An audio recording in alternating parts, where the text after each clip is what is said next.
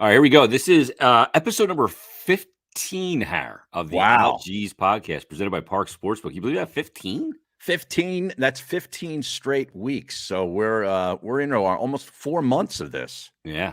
I can't believe it's lasted that long. Yeah, well, that's a good point. Which means two things, Har. Spring is just about here, Right. and the Masters is only a couple of weeks away. It is. And I just got done with the Players Championship yesterday, which seemed to take about 2 weeks to play because of all the rain that they got down there. But yeah, the Masters, just 3.5 weeks, whatever it is, away. And that's the sign of spring for me. Like some people say, it's spring training.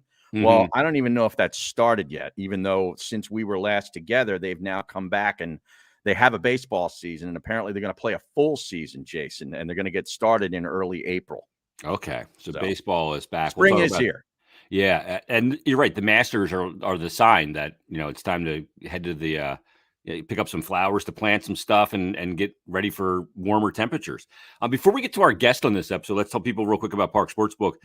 The tournament starts this week. Yep. It's going to be insanity, of course, and then you still have the NHL post rest of the season in playoffs. You have NBA rest of the season in playoffs. So you looking at anything? Yeah, I am. I looked at some of these early lines for the NCAA tournament. 2 games jumped out at me on Thursday. I'm looking at Boise State getting 2.5 against Memphis. It's a 145 tip on Thursday afternoon. I love Boise State in that game. They got a couple of transfers in there. They got one of the best scorers in the country. They're going to be a handful from Memphis. I'll take play on a blue court, Har? I don't think they have the blue. They've got the blue turf up there for the football games, which drives me nuts. If ever I watch one of their games, I get a headache. But there's another game Thursday night, Vermont against Arkansas. I'm taking Vermont plus the 5, and I may even take them on the money line. I think they can win the game outright. Wow, you say Vermont. Yeah. All right, so grab the Parx app, get all your action in, open up an account, deposit. First bet is risk-free up to $500. And it's real simple to use, and you're getting all the action, player performances, same game parlays, you name it. It's all there. You can go traditional and spreads, props, all that stuff as well. Yeah. Make sure you follow Parx on the social channels at Parx Sportsbook on Twitter, on Instagram, YouTube, and Facebook as well. Yeah, and I just downloaded the new version of that app this morning, Jason. It's great. Very navigable. Very user-friendly. I like it. As they say. All right, let's get to our guest in this episode. We haven't had a guest in a while, Har. But he's in the bullpen right now. He is. He's raring to go like a caged animal.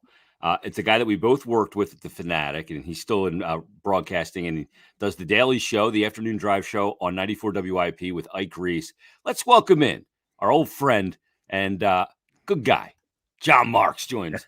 Geez. What's going on, Johnny? Let me check. Beautiful, man. What's up? Let me check. You undersold him, Jason. Man, he's big time, dude. He's rocking. He is killing it in the afternoon drive time on WIP with Ike Reese. Well, I didn't want him to come in with his ego all swollen for this show. Yeah, you don't have to worry about that. I'm one bad book away from joining you guys. Well, you better do it quick because this could be gone any minute. It could be. I know. Yeah, I'm gonna be doing some type of a podcast or whatever. What's up, dudes? Good to see you, man. Yeah, I'm about 3 weeks removed from COVID. Oh yeah, COVID lockdown for a couple of weeks. Yeah, the kids got it first, gave it to me. So COVID's still a thing? It is. Oh man. So I just saw the other day that the Pfizer CEO is making the rounds, telling everybody they're going to need a 4th shot, and a 5th, and a 6th, and a 7th, right? Yeah, and an 8th, and then I stopped at 2. You're not boosted, Har? No, I'm not boosted. No, I'm boosted. But, are you? Yeah, I'm boosted. But what did it do for me getting COVID? Exactly. Not a lot. Well, I mean, I really didn't get all that sick. Right. So I was good. Well, good. You look good. I'm going to take a 2 and a shot to be named later, Har. Exactly. I put on significant weight, guys. Oh, yeah? Significant. Yeah, I thought I was in great shape. I had lost weight during the pandemic. I was working out, and then I went to the doctor, and I went to my diabetes doctor, and they did the blood work, and they're like, yeah, you have Graves' disease. Graves' disease essentially is your thyroid's working too much. Oh. So I got on the thyroid medication. I put on 15 pounds. No So I actually kidding. wasn't in good shape. I was ill. So now I'm back up to like 175 pounds. My face is fat. I can see it right here. I need to get back in shape. So in other words, this Graves' disease is a legit disease. It's not one of these ones that's made up by the pharmaceutical companies to sell pills.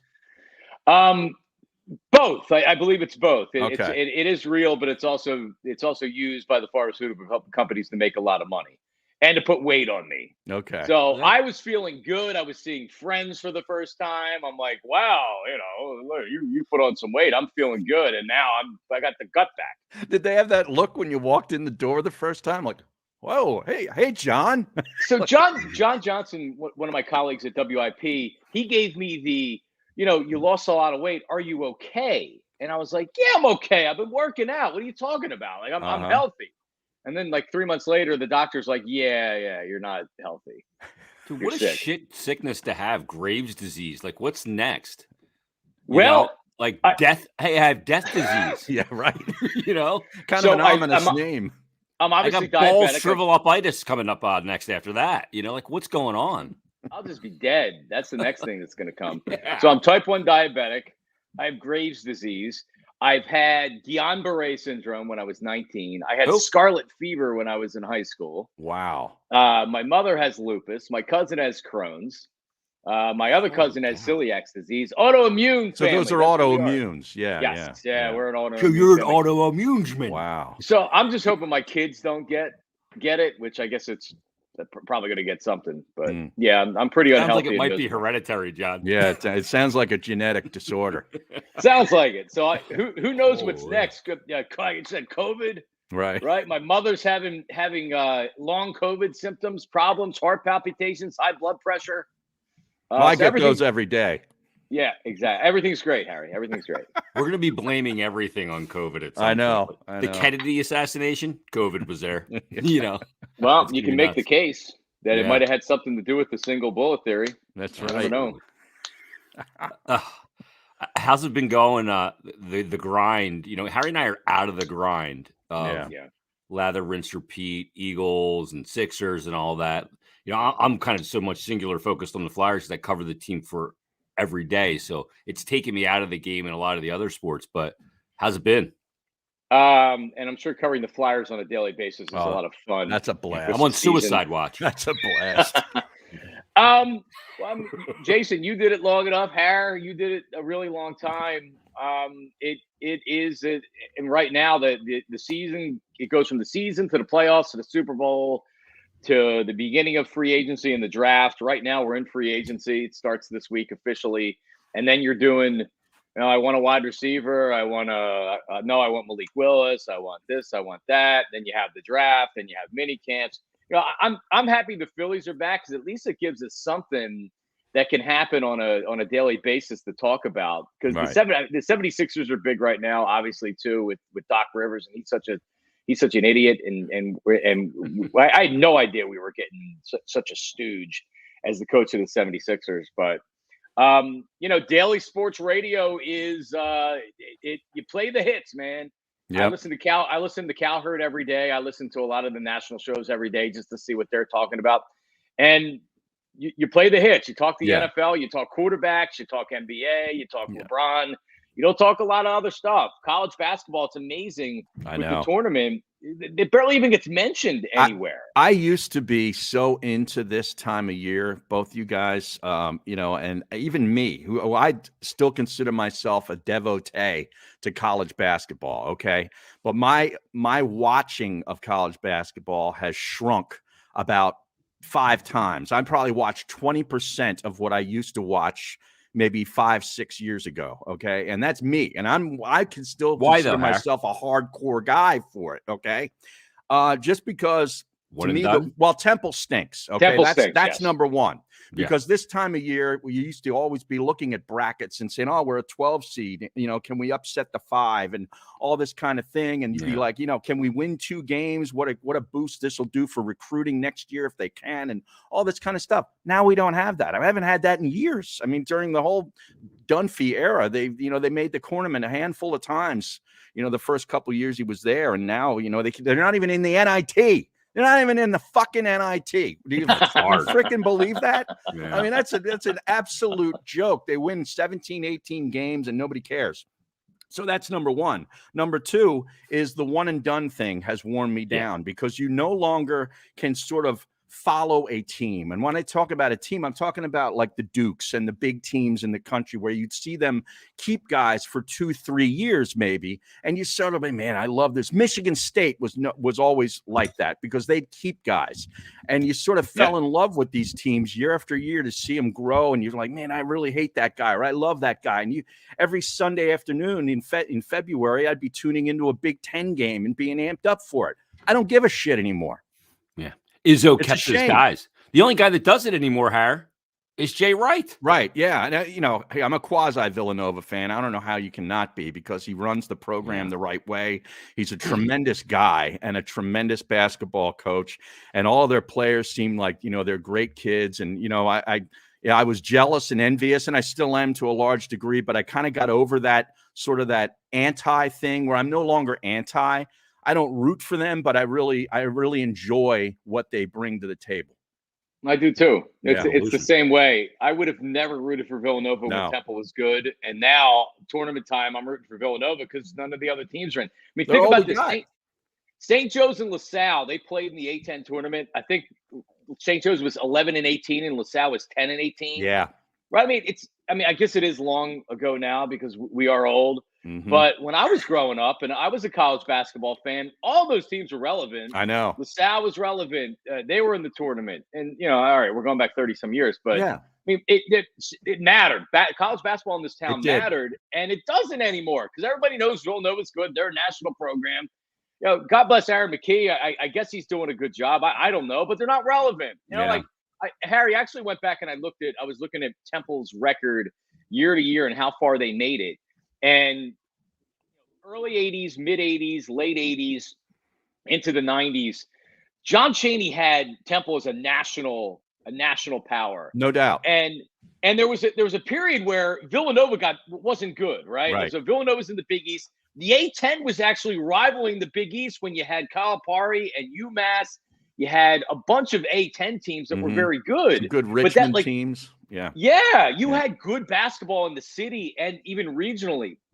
I'll watch the games this weekend. Obviously, the tournament games are fun.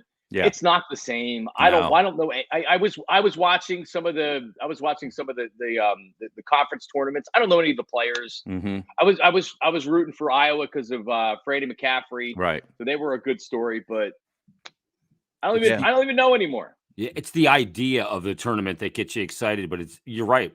There's not nearly as much teeth as there once was to college basketball. It's not just a tournament; it's college basketball and I think the biggest thing is the one and done. Yeah, I really do. Yeah, because year in year out, it's a different team, and it's like, geez, I want to at least enjoy a ride of a couple of guys on the team for 2 or 3 years. You just don't get that. Well, there's also the way it's officiated too. It's hard to watch games. There's so much fouling going on. They call everything, and these guys all want to shoot 3-pointers. And frankly, there's very few teams that are very good at it. So it's an ugly watch because guys are clanking shots left and right, and it's kind of hard to get into unless you have sort of a team that you have followed all your life or a school that you went to where you're an alum and you can kind of get attached that way. But then if your team doesn't perform year after year after year, you kind of lose touch with it. Yeah. The idea of college basketball is the thing that's fading for me. Same thing with baseball. Like John, baseball is coming back. They finally get a deal done. And I know you're on the grind. And baseball, the thing that's great about baseball for talk radio is that there's a game that night to look at and a reaction every day. The problem is what are you reacting to? Because nothing's happening. Yeah. It seems like in the sport anymore. Like I just have such a hard time watching it. My ADD is off the charts. I know it, but everybody else's is too, right? Like yeah, go to a Starbucks and and wait in line behind 4 people. And what are the 4 people in front of you doing? On their phone. Yeah. Flipping through on their phone, and they're Yeah. not even looking at anything. They Right. just don't know what else to do with their Nobody with their looks at brain. one another anymore. They're all just looking at their phones. That's true. So like they're just scrolling through Facebook or Instagram or Twitter. Just to avoid socialization, frankly. Right. Go in an elevator. People immediately go to their phone because they're uncomfortable with their brain not being occupied for 3 seconds, and they don't want to talk to somebody else. Right. And baseball is the same way. Even in youth baseball, Jason, I know you have kids that are playing sports. I don't know if they play baseball. I know they're big hockey. No, kids. I would have jumped off the bridge if they played baseball. Well, I have all girls, but we played t-ball last year. We're playing softball this year. Just from conversations with other parents, these kids, they're on second base. They forget they're in a game. Yeah. You give them 5 seconds, they're wandering off, and kids like that age are like that anyway. Mm-hmm. But add a kid that can't go 5 seconds without not paying attention to something, and it's bad. And you guys know this. We can't on the radio.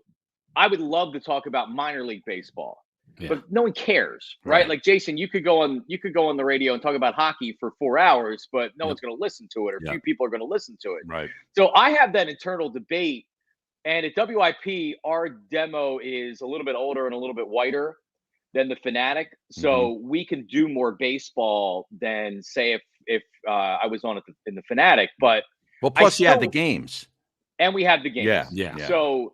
But doing baseball outside of when they had the Aces, doing baseball every day is a grind. And like the first 2 weeks of the season, we treat everything like football. The NFL's ruined all the other sports, right? Totally agree. So the first 2 weeks of the baseball season, we treat it like it's the NFL, and then we realize, well, Jesus Christ, we have 4 more months of this. We can't do it.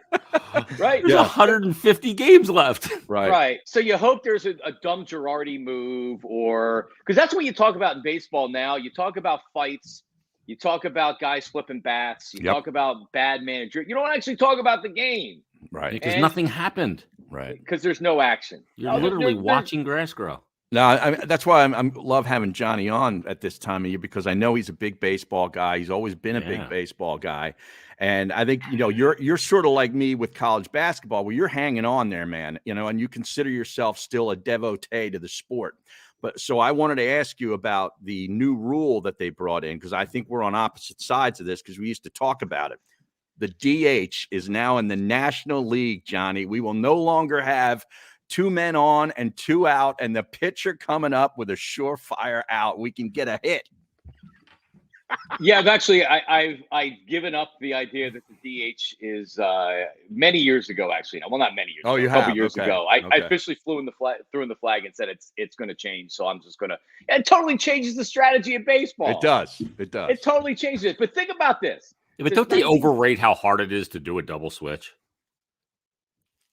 For Joe Girardi, you can't overrate how hard it is to do a double switch. Good point. But since 1971, they've had, not even different rules. Think about how significant it is that half of the league has a designated hitter the pitcher doesn't hit, and the other half had a pitcher that hit for 50 years, for 40 years. It's insane to think that it lasted that long. And finally, they're getting on the same page. I remember growing up, they had separate American League umpires from National League umpires, to where the AL strike zone was a bigger strike zone, and the NL strike zone was smaller and tighter, to where now they did away with that.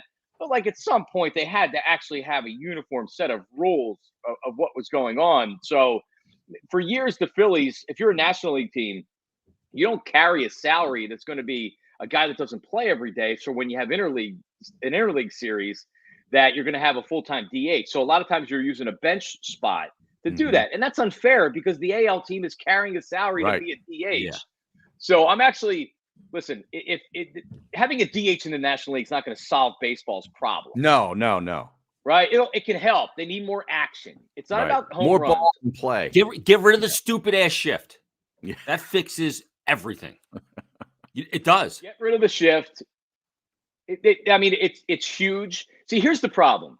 These nerds that have overtaken baseball, the GMs, the Ivy League GMs, they've gotten so good at figuring out how to win outside of what the sport actually should be, with launch angle and the shifts and everything else that they're doing, all the analytics. And I get it, it works, but it makes the product terrible. Right. Yeah. So Right. these nerds that have figured out how to win have actually Right. hurt the game. Yeah. To where like a guy like Kyle Schwarber is going to bat 190 with 30 home runs and a high on base percentage, and these nerds want him. Right. Like Right. Kyle Schwarber, if you can't hit 200, but your on base percentage is 300, so what? Like I hate that. I know. Me That too. sucks. I agree. That's baseball. Yeah. Baseball's become an algorithm.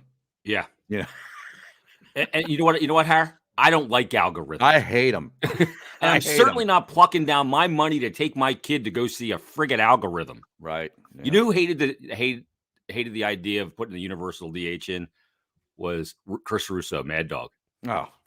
Oh, of course. Oh, he's still Like living. the DH in the National League is sacrosanct. He's still living in 1950s when the Giants are still in New York. Are you kidding me? Yeah, total purist. And Yeah. couldn't fathom that they didn't have that they would put the DH in the National League. I don't know what you can really do, because I mean the sport is the sport. Sure, a pitch clock can help, and you can do things to speed up the game, but if you don't have more action within the bases, like Right. I know everybody loves to say, well, the home run saved baseball in 1998 Now coming killed off it. the strike. Well, I mean, yeah, it really didn't, because here's what saved baseball: entertaining baseball. There was still action. Right. There were still doubles. There were still triples. Think about it. If you're at a game or you're watching a game, one of the most exciting plays in baseball is when a ball gets hit into the gap and it's rolling to the wall. Is it getting past the outfielders? It's going to the wall. The runner's rounding first. He's going to second. He's trying for third. The play at third base, he is safe at third base. That's more exciting than Kyle Schwarber coming up and hitting a 350-foot solo home run. Yeah. The game's 1-1. Yeah, I totally Big agree with you. deal. I don't think anybody cares if the game goes 3 hours, as long as things happen and there's action. And I'm not saying it has to be a 9 to 8 baseball game either. You can have great games that are well pitched and low scoring, but things happen. You know what I mean? Like those 4-hour Red Sox Yankees games back in their prime in the early Never complained about the 2000s. time. I couldn't get enough of Never. that crap. Yeah. Yeah. No, we And never like a pitching matchup was fine. Like a Maddox versus Randy Johnson was like appointment television, right? Now that's like watching paint dry. Yeah, I agree with you, Jason. I don't think we wouldn't view one of those matchups today like we did back then. We've changed. Like we've changed as sports fans. We've changed as society, and as consumers of sport. The NFL has ruined these other sports. Yeah. It has. It's so damn good. Good. There's too much action. Yep. It's a perfect length of the season where you actually want a little bit more, but it's good you don't get a little bit more, and they give you a little bit. Right. And they add these. I mean, they keep making money. They keep finding these revenue streams. Now Amazon has Thursday Night Football. The broadcasters are making players money. Joe Aikman's making $18 million a year to do a freaking football game. And never take a hit. Yeah. You know what? The NFL, what they did, they ruined other sports in a way because they televised their products so goddamn well. Yeah. Like it's so good on television. Like I won't go to a stadium. It's better in television than it is live, if you ask me. Well, I mean, think about it. Think about it. You go to, let's say you go to a 1:00 Eagles game. So you're down there at, let's just say 11 o'clock for tailgating. So you leave your house at 10 o'clock. The game starts at 1. Once you get out of there, out of the stadium, you get home. What is it? 6 o'clock? 6:30. Yeah. 6:30. So you haven't seen any of the other games. Right. Right. Like a lot of times when you're in the stadium, your phone doesn't work. So you can't it's hard to even see what's going on in the other games. And frankly, as much of an Eagles fan as I am, I care about what's going on in the other games Me too. too. And not just for fantasy football. No, me too. You're exactly right. And there lies the other difference is, if you're a hardcore football fan, you care about the whole league more so than these other leagues. Like where you're more educated on it. Yeah, exactly. More the other 3 leagues, and I'm not throwing a blanket on all of them, but you care about your team, and you don't really give a shit about generally the rest of the league. But the NFL, it's different. Yeah, I don't care about the Sacramento Kings, but I love the Seattle Seahawks. I've never watched less. And maybe this is just because I have kids and I'm busier and everything else. I think it's a combination of everything, but I've never watched less national NBA games. When's the last time you watched Sunday Night Baseball if it wasn't the Phillies playing, right? Like, I never watched Sunday Night Baseball. No, thank you. Right. But football, NFL, I mean, even college football. I can't get enough of college football. Yeah, me too. More NFL, but I love college football. And now I'm working this overnight shift on Sunday mornings on CBS Sports Radio. So I'm on at 2 a.m. on Sunday mornings, and I'm watching the late college games. I'm watching the Pac-12 games. Yeah. I'm going on the air when Hawaii's playing. Yeah. Last chance Saturday bet on Hawaii.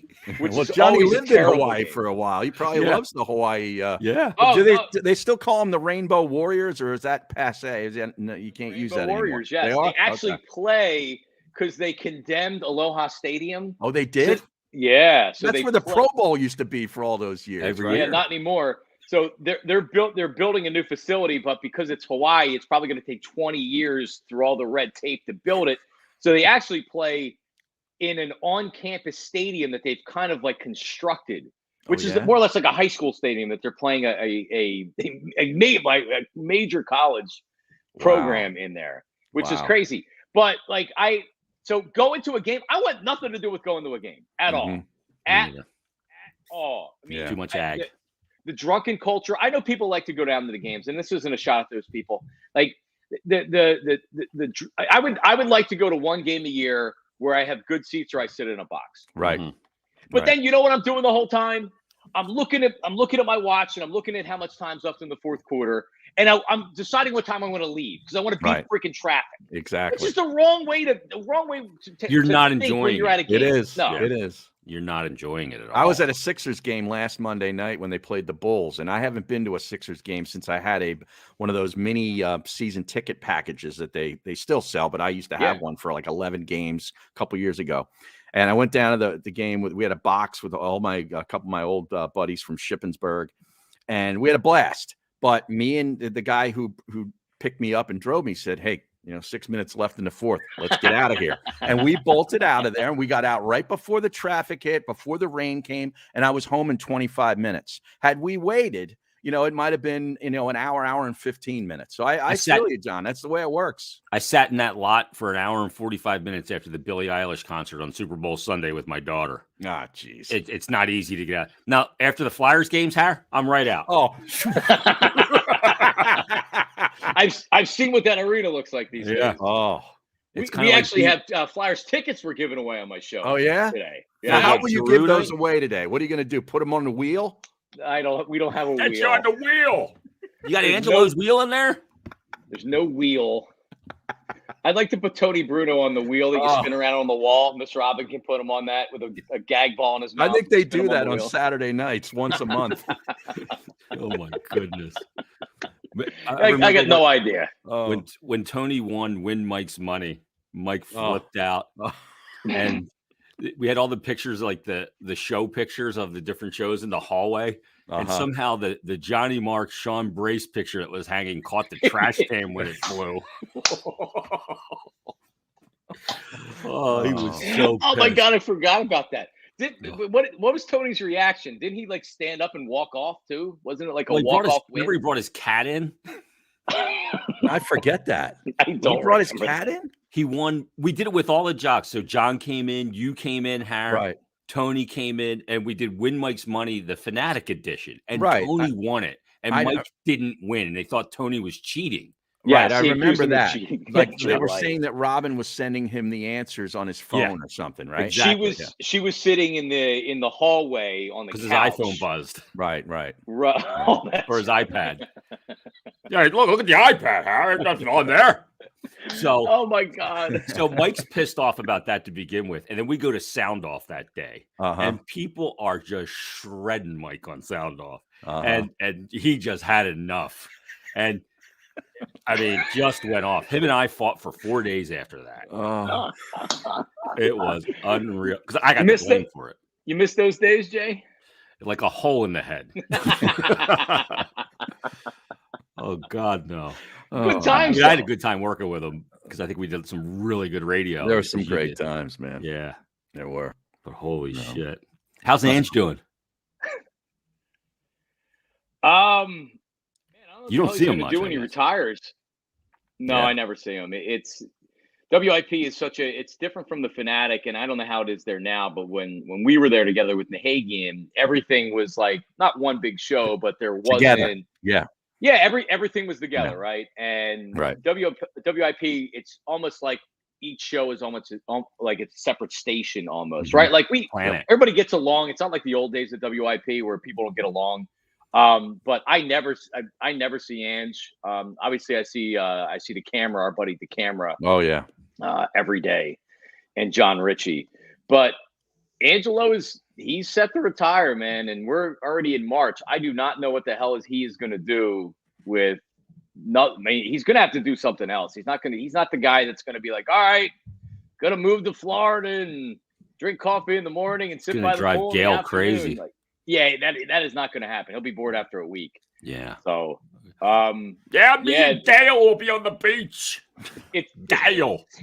Yeah, this is going to be I mean, think about it. We're already halfway through March, and the way time flies these days, it'll be over, and then it's crazy to think WIP without Angelo. And I know. I have no idea what they're going to do.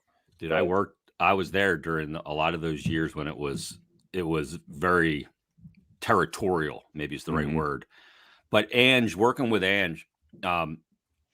I never saw a guy that like poured as much into one show as he did every single day. Legal pads full.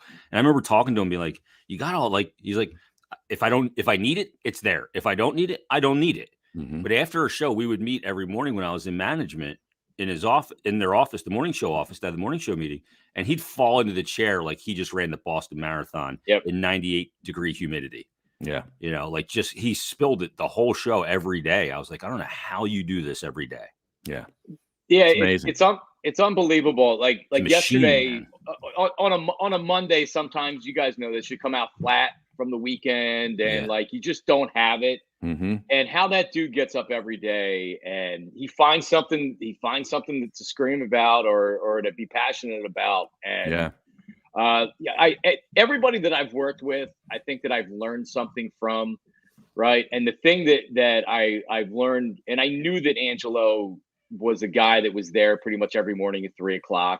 Yep. And he wasn't going to be ever unprepared. He'd be the most prepared person there. And to do that for 30 some years is amazing. But the fact that he's able to do it day in and day out for this many years and show up and have it every day. And a lot of and Angelo gets a lot of crap. Obviously, when you're this successful, that's what you're going to get. Yep. But as far as how much I respect him after being his colleague at WIP now, it's amazing what he's been able to do for this long. It really is. No doubt about it. It's insane. I mean, every day it was just like, oh my God. And I never had a problem. Like he was tough to work with some of the staff sometimes, but only because he wanted to see you work as hard for the station and the show as he was. Like you needed to commit or you were exposed by him.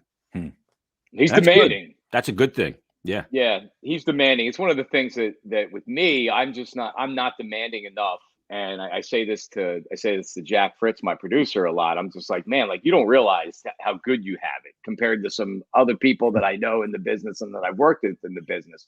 Yeah. I wish I was more demanding, but it's just, which is weird because you were a producer, so like what you can deliver as a producer. Like I never knew that until I worked with Mike.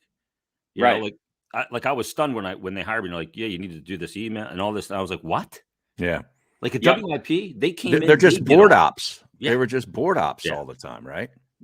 Yeah. No, you're right. Mike going to the Fanatic, it definitely changed the landscape of everything from, like you had said, Harry, it seemed like the producers back at WIP before just kind of came in and pressed buttons and it was up to the host to, they're going to talk about what they're going to talk about. They produce the show. They're going to ask you, right? But they're coming in. Now that's definitely changed. Good. And to think that Mike could be done here in the next year or two, and Angelo's done at the end of the year, and Glenn is, Glenn's got however many years he wants to have left. Glenn's not doing Monday through Friday anymore. The guys that when we were coming up that were the full-time guys that have been doing this for 30 years are, they're in the twilight of their career. Yep. Yeah. It's strange. It's going to be strange when they're not around full-time anymore. That means we're a lot older. I can't. We're now the old I'm guys. having real problems being. I mean, Harry, you're in your 50s. Jason, are you 50 yet? I'll Are be you 50 in like 2 weeks. Oh man, 15 days to be exact. I'll be 57 this summer. Are you kidding me? Yeah. Man, how's Jody? You and Jody were closer in age than anybody ever realized. Yeah, I don't know how old Jody is. He's a little bit older than me. He's a got little to bit be older than me. 62-ish. Yeah, I'd say probably around there. So Jody actually leads into me. He does the 10 p.m. to 2 a.m. shift on CBS Sports Radio on Thursday and Saturday and the Sunday. So he leads into me. So I'll listen to his last. I'll connect to. So I do the show from my house. So I connect into the studio and I'll listen to the last. Is that the last Do Me hour. a Favor segment, John? He does not do Now, does he do it from his house too, John? Yes. Okay, yes. that's what I thought. Yeah. Yeah, he didn't do that before the pandemic, even though he had he was able to do it. He liked the everyday grind and routine of going He's up a routine. there. He's a routinesman. Yeah. He is a routinesman. Yep. He definitely is. So yeah, Jody's another guy that I've been listening to for 30 years. 30 years. Yeah. Yeah. He was the one that sparked the interest in me when he was doing his solo show. This is before Glenn even joined. Mm-hmm. That I was listening to him in the late 80s.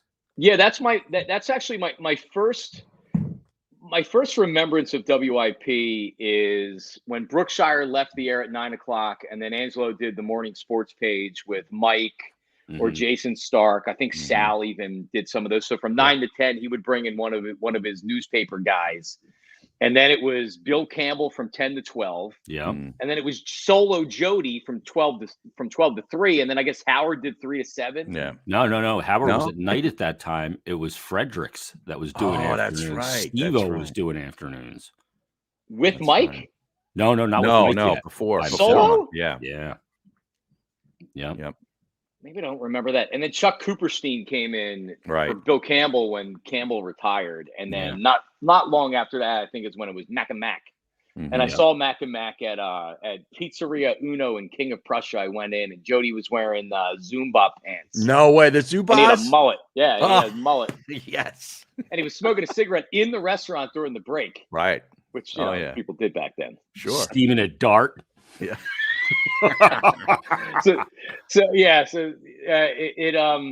God, we're getting old. We've been doing this long. Yeah, I remember working with Steve-O at 5th and Callow Hill at WIP in that building, which was an absolute. It was a dump. Oh, awful. Total dump. I worked there too. Stairwells smelled like piss. Yep. It was gross. They had cameras on the parking lot because your car would get broken into.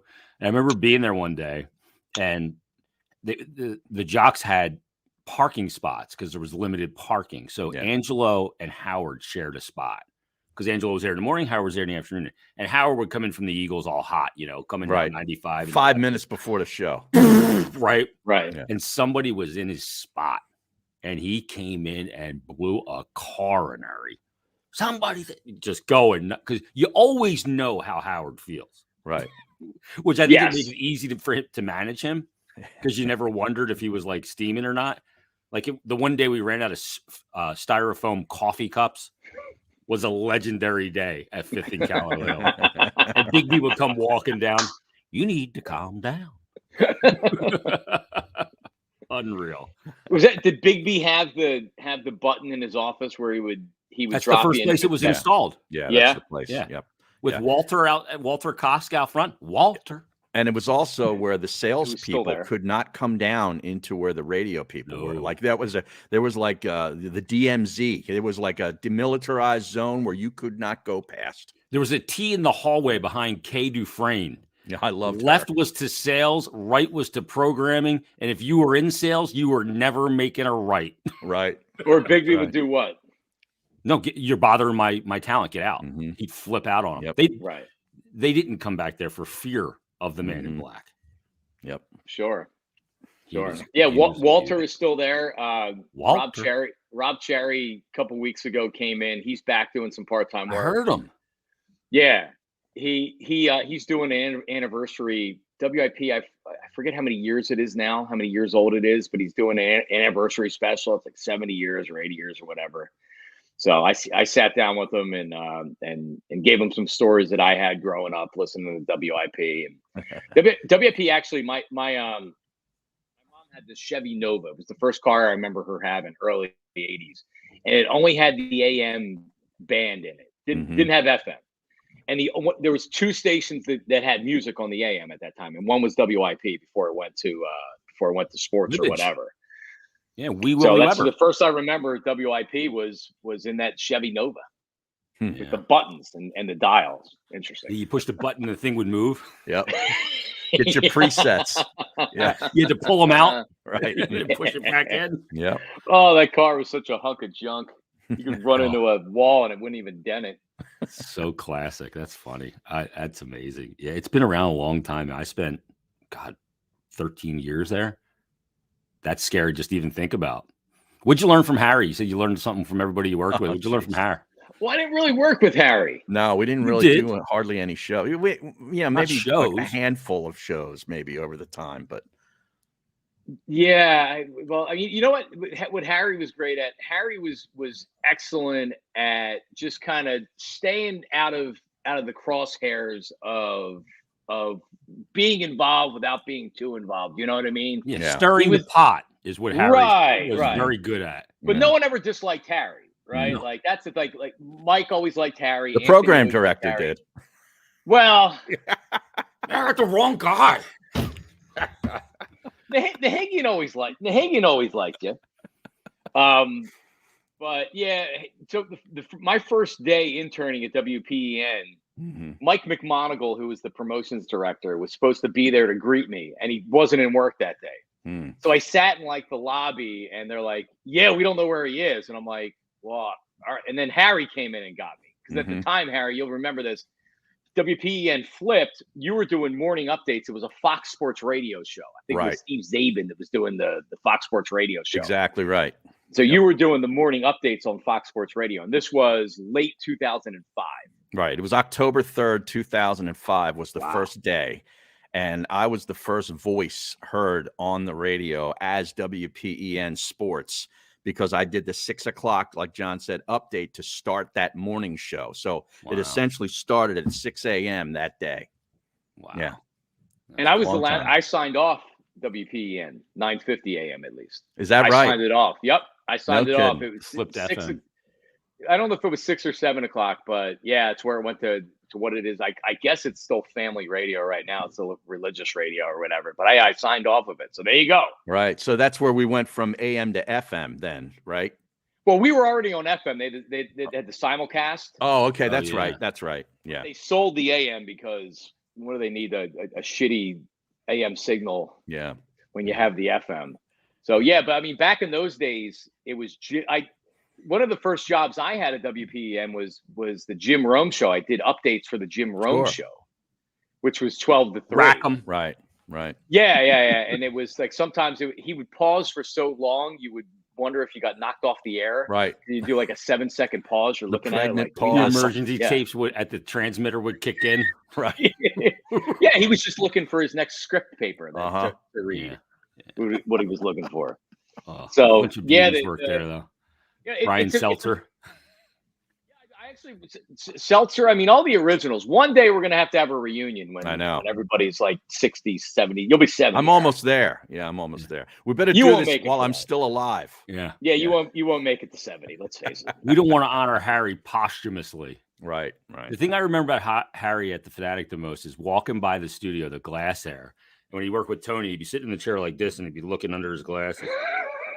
They put one hand on the phone because you never knew when Tony was going to go, all right, Harry, let's go back to the phone. Yeah. You always had to have your hand up because you had to operate the phone for him. Right. Yeah. He'd be too, frenetic with the soundboard and his iPad and the 1,000 things he had going on. Where is Tony these days? I know you talked to him on one of your podcasts somewhere recently. I still think he's in South Jersey, living in his fifth wheel camper. Well, he got the truck, Harry. He got the Dodge Ram. Yeah, I know, but that's what he'll use that to eventually take the fifth wheel to Florida when his home is built. He bought property down there, and I guess his house is being built. So I still think he's in Jersey. Does he have heat, or is he just living off the land? No, he doesn't live off the land. He does a show every once in a while. He does a show. Tony Bruno off the grid. Literally. No filter radio, I think, is the streaming service. Boy. Yeah, I have occasionally to will know. see a Tony Bruno Into tweet the night. or Yeah. something like that. So all right, well, I'm He's glad to hear insane Tony's as still doing his thing. Yeah. And he's still doing the show every day. It's just not Oh on yeah. the air. Yeah. Oh yeah, absolutely. When you guys would get done the show, Har, when you were doing it till noon. And Well, John then you and had the Sean- after show. Yeah, then the after show back there in the prep area, Mhm. and he'd be full tilt performing for everybody, usually through the entire John and Sean show. And that was the point where I'm already worried about the next day. Like, what the hell are we going to talk about? And I'm like scouring the internet and trying to figure out what we might do for tomorrow, because I knew he wasn't going to do that until 20 minutes before the show. Well, he was never worried about what to talk about. No. He just wanted to play drops and do his thing. Yeah. Let's go to Jose from Norristown. He'll kill 20 minutes, Har. Yeah, right. That in the show sheet. Right. Yeah, I remember one day it happened 100 times, where he would have gone through the entire show sheet by 10:15. The show started at 10, and I looked at him. I go, during the first break, now what are we going to do? You know what else we got today, Har? Yeah, exactly. He'd be 8 minutes into the show. The Eagles just lost to the Cowboys. He'd be like, the deal of the week, Har. Yeah, I'm and Eagles the hate out. team would come out of his office like, Yeah. I heard. Yeah, Flip it out. He was not capable or not willing to stretch that topic from Monday, Tuesday, Wednesday from the Sunday Eagle game. He was done with it. He had passed it by Monday. It was over. Yeah, well, usually by 12 minutes after 10, he was passed. Sometimes. Yeah, it's to do national radio for as long as he did. Yeah, and we know this, and like it's you have to talk about what the people want to hear, and what people want to hear locally is unfortunately a lot. You're grinding a lot on the local sports. Right. Tony did national radio for so long. A lot of times you're reading the headlines and then you're entertaining all the other stuff, and that's you're what Tony bopping all over. Yeah, you're not place. grinding. Yeah. You're not grinding over one time. Tony's original Mark Willard national show on Sporting News Radio was a great show. Yeah. And I talked to Mark Willard's in San Francisco now on our Odyssey station out there, and Hagen actually hired him. But I've talked to Mark about those days, and they were some good shows. Oh, there were some good times right there. And then your first round, I don't know how many times you and Tony had shows together, but your first round, was good time. We had 2 or 3 rounds. Yeah. And the first that started, you remember, when Tony was in California and I'm in Philadelphia, and I couldn't see him. That was before Zoom and all this StreamYard and all this stuff. So I'm doing the show blind with him and not being able to see him. And you guys know the way he is. I mean, he's all over the place. That was one of the biggest learning experiences I ever had. Those first 2 weeks of doing that show until I sort of got a little bit comfortable with it. I didn't sleep much. It's an amazing thing though, Har. Like I heard him do shows with a lot of different people. Yeah. But you were the only guy I thought that could ever really like truly get the most out of him and him get the most out of you. The way you guys played off each other. I don't know why it works. So I don't know either. I think part of it's you're just kind of like your lack of dealing with bullshit and the way you do it. Like the Harryisms. If you have to tell me you know what you're doing, you don't know what you're doing. No, getting back to what you learned from Harry just like when I started working with Tony, it was you got to get more out of Tony, right? Like Tony's not giving opinions, Tony's not doing this, Tony's not doing that. But you're never going to work with Tony and get him to change, right? Right. Like you have to be the best version of yourself when you work with Tony. That's gonna work with him, right? So I learned pretty fast that you can't force him to do a local radio show that the program director wants you to do. You have to try to get the most out of him a different way. And Harry, you were the best at doing that. And that was the constant struggle, because then you had the program director on this side of it giving me bullshit every day about how and not sending it to him. Right, exactly. Kind of like John and I would get when we worked with Mike sometimes. Right. Like, why is he's got a guest in here, Charles Barkley's in. Why is he going to the phones? Yeah. Like, why does it Bob and Bryn Mawr? Why do we care about that when we got Barkley sitting here? Right. You know what it is? It's a crutch, right? And I'm not saying this in a negative way. It is though. But you know this, Jason, and it's happened to me before. When the phone shuts down and you can't go to the phones. And unfortunately, a lot of the shows in Philadelphia, you're gearing what you're talking about to take phone calls. Right. So when you don't have phone calls, it's difficult to do a show. Yep. So I remember on a couple of occasions where the phone system went down, and it's like, dude, there's no more commercials to take. Like, what do we do? We got to do a segment without. Yeah, where's the like, emergency let's just take another CD? break. Get the emergency CD. Right. Exactly. And it's like, what? Call somebody to do an interview. The Right. phones are broken. Yeah. We can't. We could calling text one anybody. and read it. Yeah. Yeah, Mike would And so, Mike would take that as a sign. but that's was the like, and that's what that was just like, all right, it's just kind of like, all right, we better take a phone call. It's been too long since we've taken a phone call. Mhm. Let's go to the phones. Let's go to the phones. Yeah, and I remember a couple times when the phones went down with Mike, and I was just like, dude, who cares? Like, let's just do a show. Do the show. Yeah, I mean, and I think we extrapolated it the one day we didn't have phones for literally. We finally got them back at like 5:30, right before sound off. Mm-hmm. And Mike, like, have people call the sound off line, then we can plan. I'm like, no, we're not doing all that. Let's just do a show. I'm like, Jesus Christ, like, what are we doing here? Do we need to hear from Bob from Tennessee that much? Hey, You know, there was he's one gonna day. call tomorrow. And Johnny knows where this place is, the Kitchen Bar. Remember that? We used to do shows from up there in Abington. Yep. Me and Bruno we had a weekly lunch time show there. I think it was maybe a Wednesday. And we go up there and, doing those bar remotes when you're doing a midday show is weird because there's nobody in there when you first start your show. Like people show up to eat lunch and have a couple beers and whatnot. But for the first hour or so of your show or whatever, it's dead in there. It's just that the workers just walking around. So we're in there and Tony's he's shot, on the day with nothing much to talk about. And it's early. He goes, let's go to the phones. And I pointed to the phone screener. There wasn't a call on the board. And he's just doing his thing. He goes immediately back into, the Tony, and he played a drop and he goes, oh, let's go back to the phones. I go, Tony, there's no freaking calls. I'm pointing at the board. He went to the phones twice in about a 2-minute span on this remote in this empty bar restaurant. And there weren't any calls. I'm like, what are we doing? I felt like Nahagian, like, what are we doing? Can we have some awareness here? And that's where you go to the show sheet and read the deal of the deal of the week. Yeah. Oh my God! Coming up great. tonight, You know the what Jaws else is show. going Huh? Yeah, it's classic. Last You know what's going on with Mike Lissinelli today? Yeah. He's coming up at 2:00. He'll take you. Yeah, Tuesdays with that's Sal. in 3.5 hours. Yep. I had a hard time working with Anthony because I'd have something I'd be going on like some mini rant and he'd cut me off first of all, and then he'd be like, "No, you forget about that." I'm like, "No, I'm trying to make a point." No, that doesn't matter. No, forget about that. It's not about that. I'm like, way to just grab a chainsaw, start it, and cut my legs off.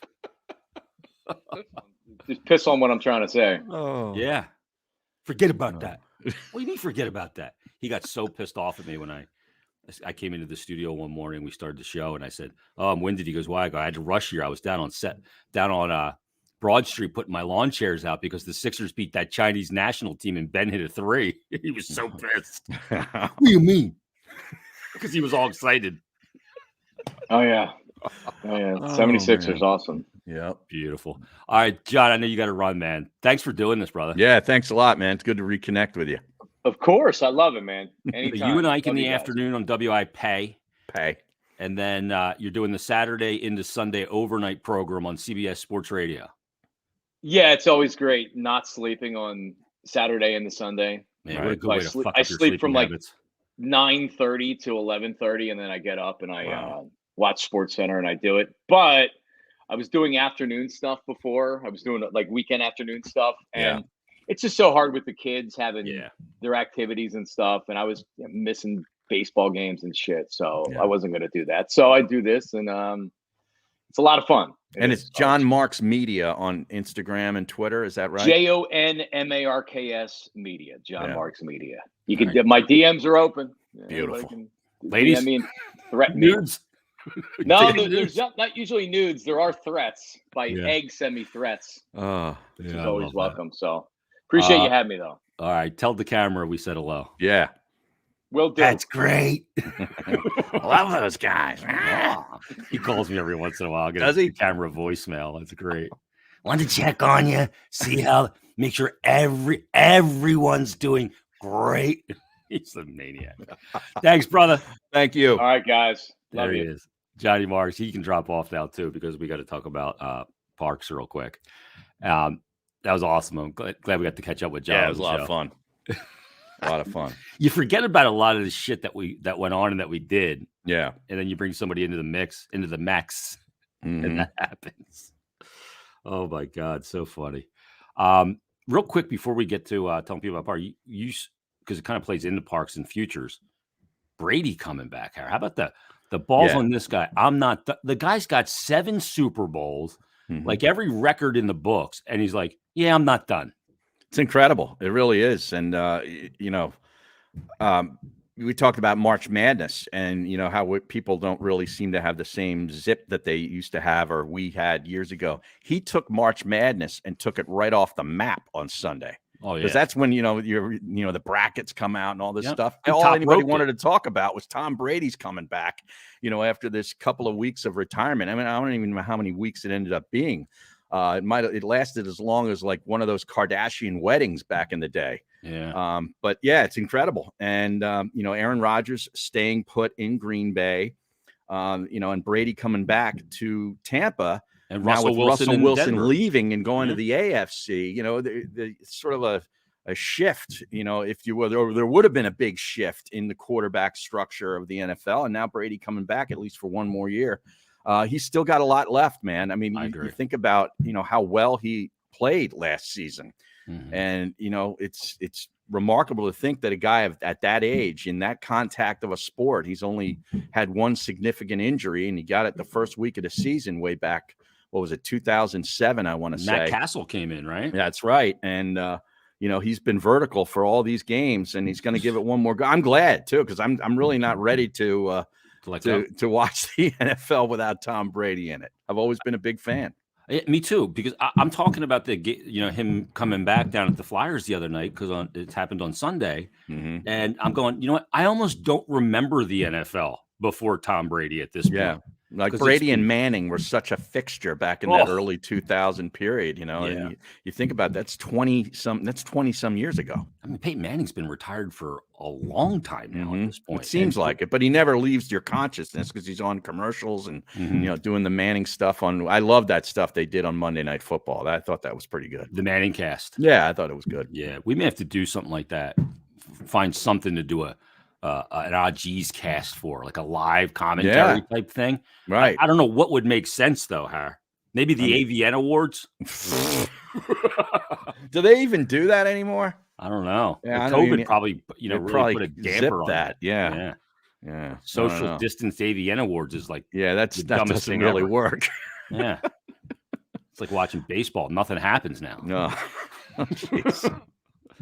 I'd love to see Brady come back, just win one more and kind of go off.